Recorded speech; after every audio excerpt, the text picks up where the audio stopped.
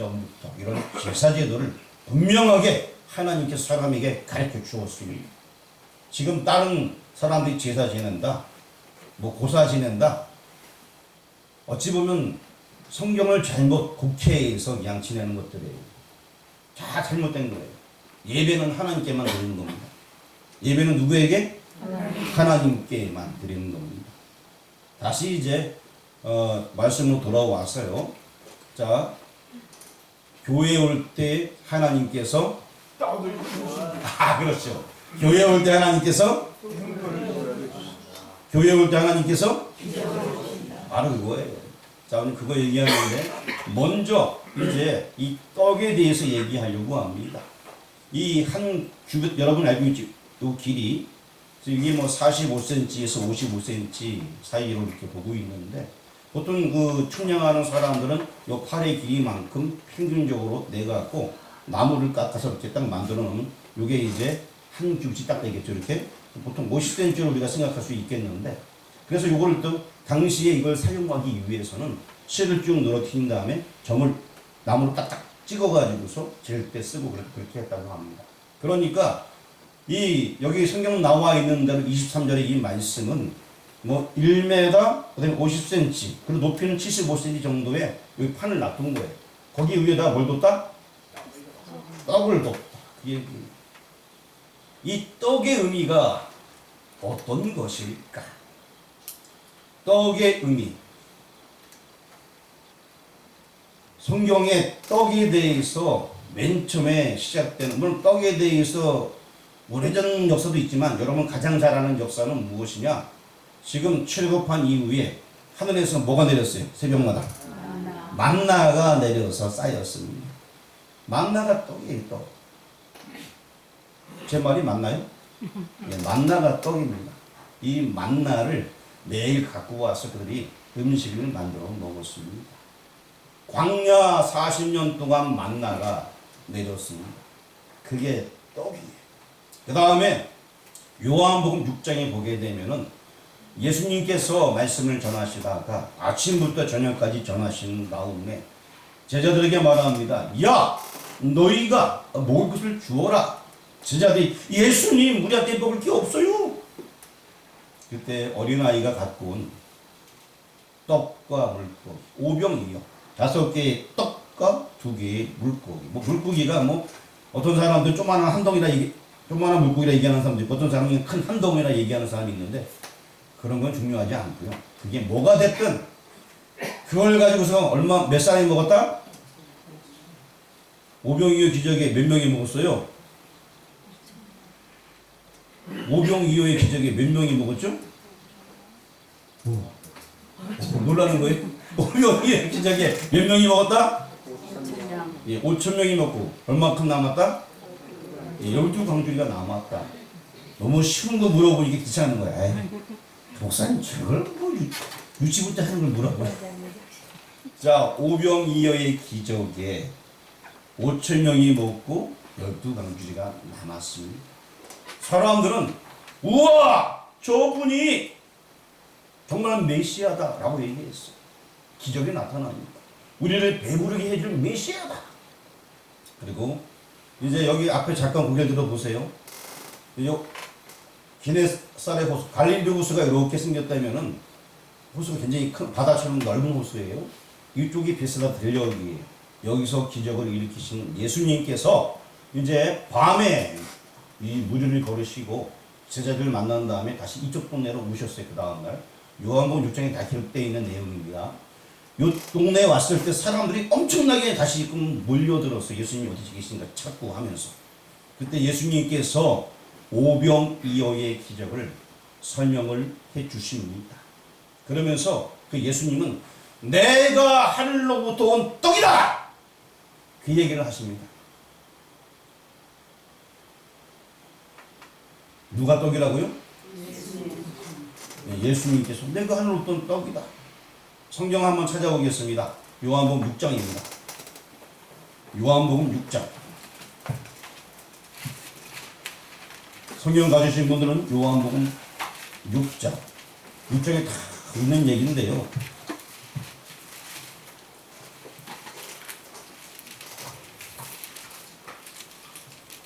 여기에 다 있는 말씀 중에서 요한복음 6장 35절 말씀 한 절만 읽어보도록 하겠습니다. 요한복음 6장 35절. 페이지는 153페이지 정도에 있습니다. 찾았으면 같이 공독합니다. 예수께서 이르시되 나는 생명의 떡이니 내게 오는 자는 결코 부리지 아니할 터이요 나를 믿는 자는 영원히 목마르지 아니하리라.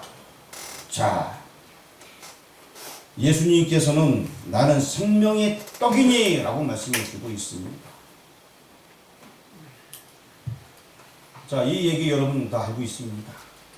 그래서 떡, 성경의 떡이라는 이야기는 우리가 떡을 먹고 사는 것처럼 오늘날의 시대에 이 생명의 말씀, 그 말씀을 먹고 살아야 된다. 그런 얘기 많이 들어보셨죠? 우리가 살아가는 것, 생명의 양식, 생명의 떡을 먹어야지만 살아갈 수 있습니다. 예수님께서도 처음 이제 사역하기 전에 성령의 이끌리어서 마귀에게 시험받을 때에 예수님께서 말씀하십니다. 사람이 떡으로만 사는 것이 아니요 하나님의 입에서 나오는 모든 뭘로 산다? 말씀으로 산다라고 얘기하고 있습니다. 그 구약에 나온 그 떡은 바로 이 말씀이다라고 소개하고 있는 거예요. 그 말씀으로 살아야 된다. 지금 이 성소 안에 여기 지성소와 성소가 있는데 이쪽에는 떡이 있습니다. 하나님 앞에 있는 떡. 이 떡을 인하여서, 즉 말씀을 인하여서 우리가 살아간다는 것입니다. 우리가 하나님 앞에 올 때, 교회에 올 때 하나님께서 생명의 떡을 주신다. 생명의 말씀을 주신다. 이 떡을 주신다는 의미예요. 영적, 육적 생명을 지켜주시는 분이 하나님이십니다. 우리에게 생명을 주십니다. 영생을 주십니다. 생명의 떡을 주시는 분, 그분이 하나님입니다. 내가 어디에 올 때? 교회에 올 때. 사도행전 이후에 성령시대, 교회시대가 되었습니다. 교회에 올 때 제사장이 이 안으로 들어오므로 성소에 들어와서 주님 만날 때 하나님께서 함께하는 것입니다. 오늘 이야기는 레위기서 24장 8절과 9절에도 나와 있는데 하나님 앞에 올 때 제사장이 나올 때 우리가 이제 왕같은 제사장이 되었잖아요. 하나님 앞에 올 때 하나님께서 우리에게 생명을 지켜주십니다. 그 떡은 생명의 떡이기 때문에 영원히 목마르지 아니하게 하는 떡이기 때문에 그래서 교회에 올 때 하나님께서 우리에게 떡을 주신다는 것입니다. 그 다음에 두 번째, 하나님께서 우리가 교회에 올 때 하나님께서 뭘 주신다? 등불을 주십니다.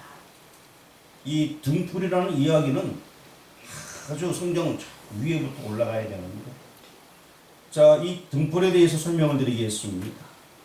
창세기 3장 15절에 여자의 후손을 보내주겠다. 이것이 바로 등불에 대한 이야기입니다. 그 말씀은 하나님께서 지금부터 6,000년 전에 말씀하신 거예요. 굉장히 오래됐죠. 그리고 또 그 사이에 노아 시대도 있었습니다만 그 다음에 이제 이 아브라함 시대, 아브라함은 지금으로부터 4,000년 전에 살았습니다. 그때 하나님께서 아브라함에게 얘기합니다. 내 씨로 말미암아 천하 만민이 구원을 얻을 것이다. 그것이 등불에 대한 이야기였습니다. 그리고 지금부터 약 3,000년 전에 다윗에게 하나님께서 말씀하십니다. 사무엘하 7장 쭉 보게 되면은 집에 대한 이야기, 왕권에 대한 이야기를 쭉 말씀하시면서 내 위, 내 왕권이 계속 유지되겠다. 못 믿으시는 분을 위해서 성경을 한번 찾아보겠습니다. 이번에는 열왕기하 말씀을 한번 찾아볼게요. 열왕기가 일단 어디 있는지 한번 여러분 열왕기가 어디 있지? 한번 찾아보시기 바랍니다. 열왕기하 8장 열왕기하 8장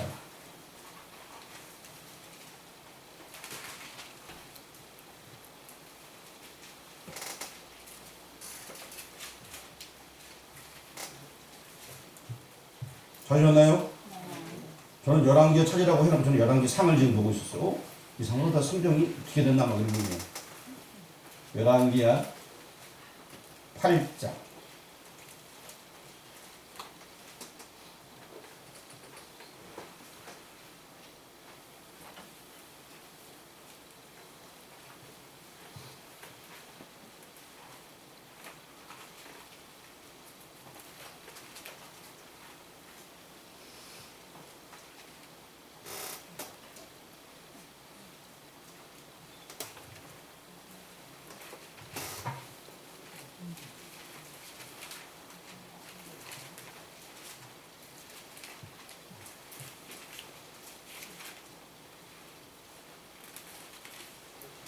제가 지금 성경을 헤매고 있습니다.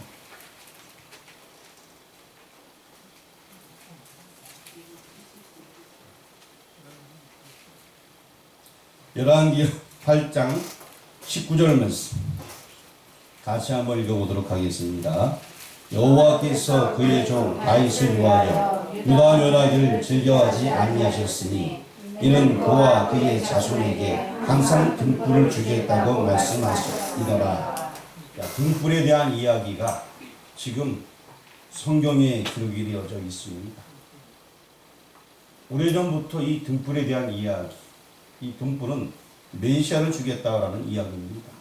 이 등불에 대한 이야기가 구약 성경 내내 또 선지자들의 입에서 계속해서 얘기가 되어졌습니다. 그리고 지금부터 2000년 전에 예수님께서 어떤 말씀을 하시는지 성경에 요한이 뭐라고 얘기하고 있는지 한번 찾아보려고 합니다. 요한복음입니다. 요한복음 1장입니다. 요한복음 1장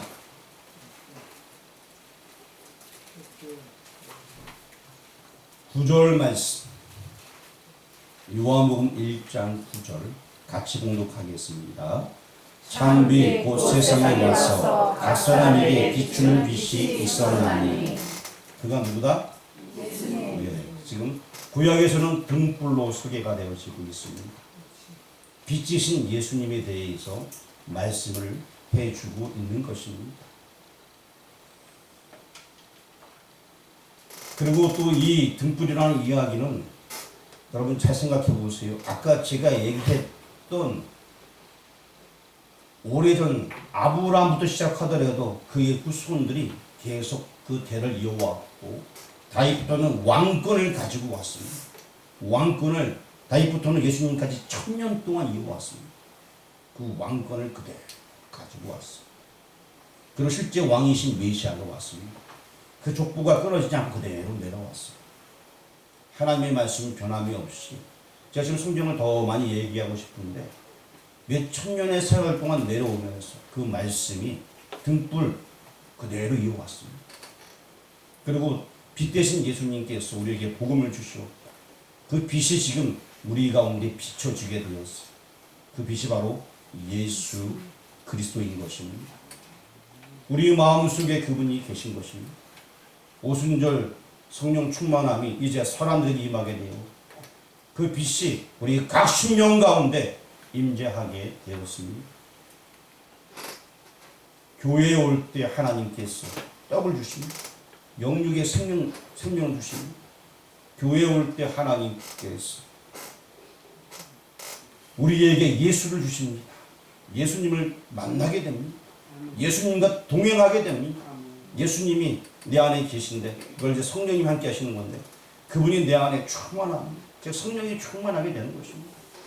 교회에 올 때 교회가 예배하는 곳입니다.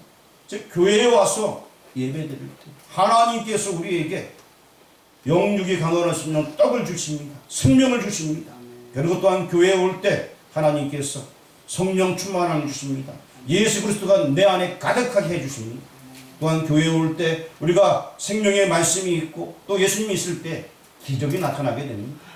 교회에 올 때 놀라운 기적이 있습니다. 먼저 내가 변화받게 됩니다. 그리고 또한 교회에 올 때 정말 우리 삶 가운데 도저히 안 되는 일들이 되어지는 기적들이 있습니다.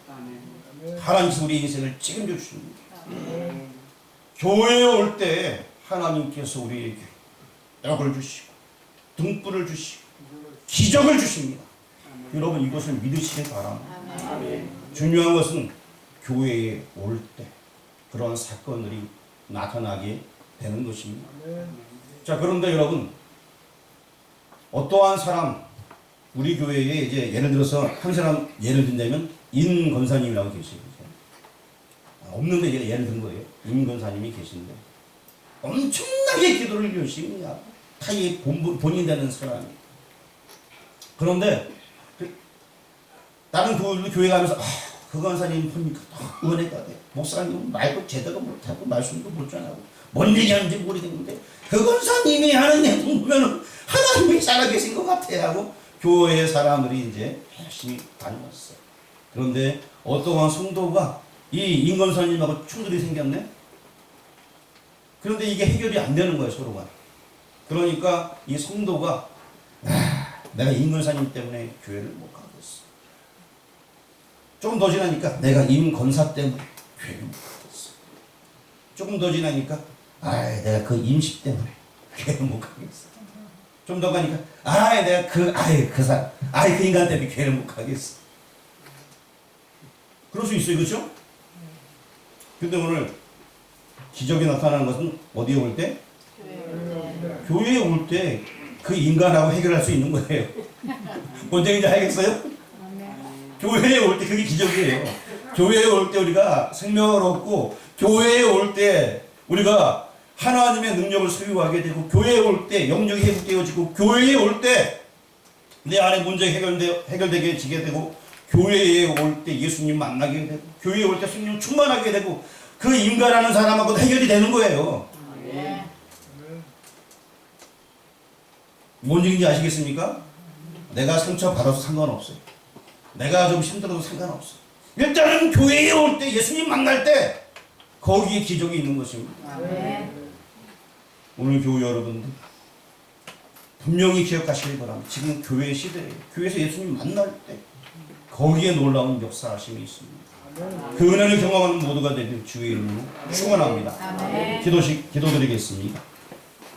아버지 하나님 감사합니다.